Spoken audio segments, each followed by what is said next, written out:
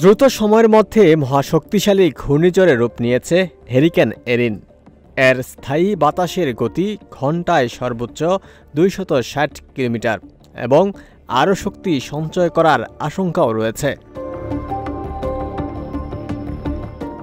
শক্তিশালী এই ঝড় যুক্তরাষ্ট্রের প্রায় পুরো পূর্ব উপকূলে প্রাণঘাতী ঢেউ ও রিপ কারেন্ট সৃষ্টি করবে।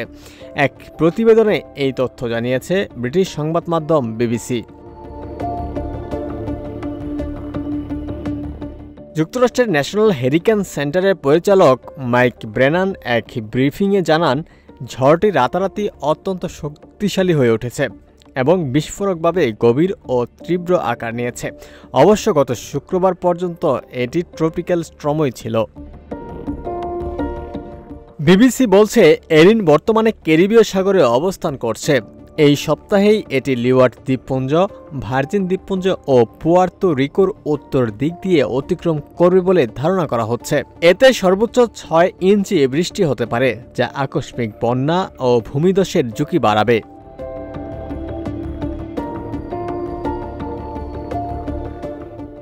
এছাড়া এই ঘূর্ণিঝড়টি ২০২৫ সালের আটলান্টিক মৌসুমের প্রথম হ্যারিকেন।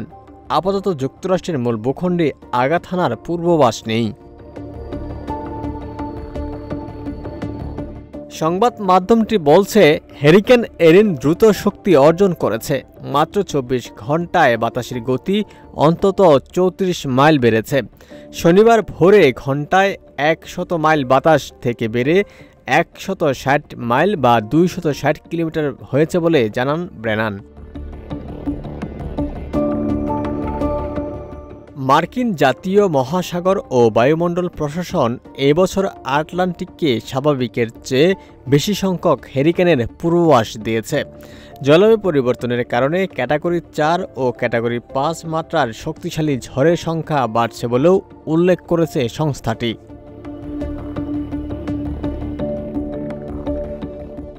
ওমর ফারুক, ঢাকা প্রকাশ।